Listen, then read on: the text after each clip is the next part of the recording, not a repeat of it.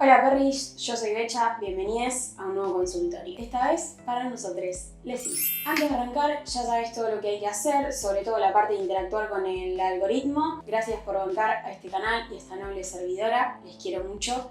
Ahora sí, arranquemos. Como ya debes saber, o quizás no, y si no sabes, es un poco un milagro que haya llegado hasta acá sin saberlo. Así que fíjate medio como que capaz que estás vivo de pedo. Pero el pasado domingo 11 de abril se cumplió un mes de la desaparición de Tehuel. Tehuel de la Torre es un pibe trans de 22 años de San Vicente, partido de Alejandro Korn en la provincia de Buenos Aires. Y el 11 de marzo de este año salió de su casa a una entrevista de trabajo con Luis Alberto Ramos y nunca volvió. La causa hoy tiene dos detenidos: Luis, quien le iba a dar el supuesto trabajo y en cuya casa se encontraron restos de celular y ropa quemados, que podrían ser de Tehuel, y Oscar Alfredo Montes, amigo de Luis, a quien vieron por última vez con Tehuel antes de su desaparición. Ambos imputados se niegan a declarar. Pero frenemos ahí. En este video no vamos a hablar del caso, de la justicia patriarcal, ni de las probabilidades de que ambos imputados sean responsables de un crimen de odio, sino que la búsqueda de este video es visibilizar la realidad de la población travesti trans en nuestro país, preguntarnos exactamente por qué para una persona trans ir a buscar trabajo es una actividad de riesgo y qué estamos haciendo nosotros como personas cis para inclinar un poco la balanza en este mundo tan horrible. Primero lo primero, ser cis es más complejo que simplemente corresponder nuestra identidad de género con el sexo asignado al nacer. Pero vamos a dejar esa idea por ahí para que les colgades del mapa puedan seguir con este video. Ser trans por oposición es rechazar la identidad sexogenérica que el Estado y la sociedad nos asignan.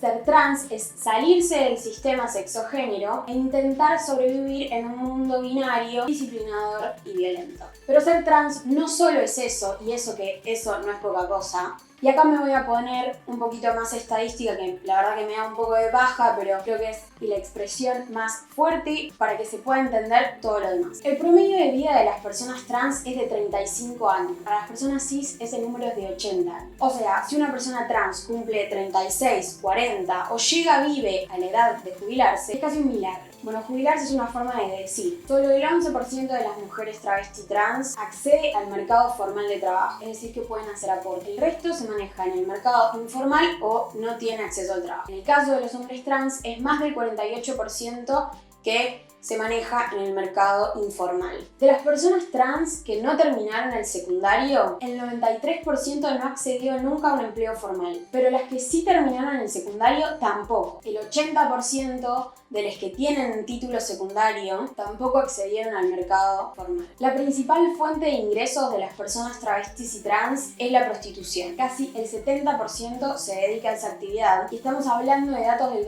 2016-17. Anda a contar los impactos del macrismo y la pandemia en todo esto. El 46% de las personas travestis y trans que se dedican a la prostitución lo hacen desde los 14 años. Como siempre digo, amigues, 2 más 2 es... Ahora, después de toda esta data, el tupé, amigues, de las TERF de decir que lo que sufren las personas travestis y trans es discriminación y no opresión. Me ríe el culo, hermanas. A estos números podemos sumarle los índices de acceso a la vivienda, a la educación y a la salud. Solo el 24% termina la secundaria, solo el 6% termina con un título terciario o universitario. El 25% de la población travesti trans vive con 3 o más personas en condición de hacinamiento, sin contar todas las condiciones que nos imponen a nosotros, les cis, las inmobiliarias. Imagínense para una persona que no tiene ni recibo de sueldo. Esto expulsa a las personas trans a vivir en situaciones con contratos precarios o faltantes, en contratos inexistentes, con precios más altos, con una flexibilidad que las expulsa a cierta explotación y con el peligro del desalojo permanente. El 48% de las personas trans abandonaron o fueron echadas de sus hogares entre los 15 y los 18 años. Te quiero ver a vos si te echan de tu casa con 27 boludos años, a ver dónde y cómo vivís. Estos números ya hablan por sí solos, pero quisiera atender un par de cuestiones que me parece que nos pueden ayudar a reflexionar un poquito más. En primer lugar, la cis heterosexualidad. heterosexualidad. Puede ser que a veces nos cueste un poco más pensar el privilegio. Ustedes saben que yo no soy muy fanática del concepto para denunciar las injusticias del mundo, pero cuando hablamos de cis-heterosexualidad, la ecuación es bastante clara. El Estado moderno, las instituciones todas, la sociedad y el capitalismo han jerarquizado a la familia tradicional cis-heterosexual, donde cada integrante cumple un rol fundamental en la reproducción del mundo en el que vivimos. Asumir esa conformación de las cosas nos explica por qué salirse de esa norma, salirse de la familia tradicional,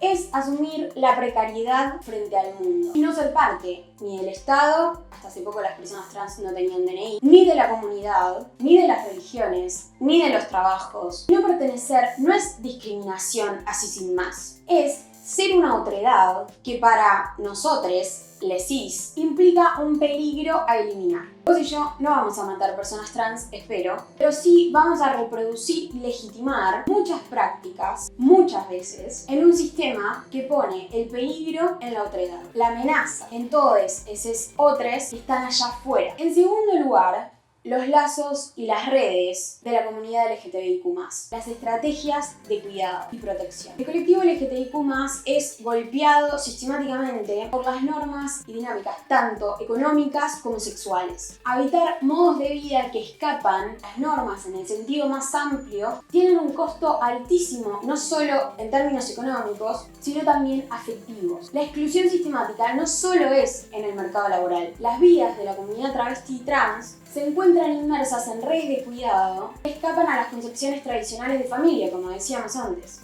Estas redes son las que hoy, un poco solitariamente, están buscando Tehuel. En una nota muy interesante que escribió S. Montenegro para Agencia Presente, habla de la idea de aparecer. Para la comunidad LGTBI es propia la responsabilidad de aparecer en la agenda pública, pero nunca se habla de la sistematicidad con la que el resto de la sociedad invisibiliza y ejerce ese borramiento de la agenda. Para pensar por qué Tehuel se pierde entre las demás noticias. Para pensar también en todas las demás desapariciones que se pierden, mejor dicho, que borramos. En tercer lugar, la sistematicidad del transodio. Siguiendo la idea de la sistematicidad de las violencias, el caso de Tehuel no es aislado. Se inscribe en todas las violencias que se mencionaron antes en este video. Son esas desigualdades estructurales las que tejen una red de impunidades y permisos para que alguienes ejerzan crímenes de odio, como cada vez que vemos un transvesticidio difundirse en las redes sociales cada vez más seguido. La pregunta sobre qué es ser trans tendría que dejar de definirse por esas violencias estructurales, por la precariedad que significa serlo en esta sociedad. Deberíamos asumir la responsabilidad, no ya como persona cis, sino como un ser humano que tiene algo de empatía, de transformar las condiciones de posibilidad de las vidas trans. Empezando quizás por desarmar todos los lugares comunes, acortar las distancias que parecen esencialistas y comprometernos a asumir la militancia por un mundo más posible. Ni siquiera digo feliz, sino posible para todos. Gracias por llegar hasta acá. Nos vemos la próxima. Adiós.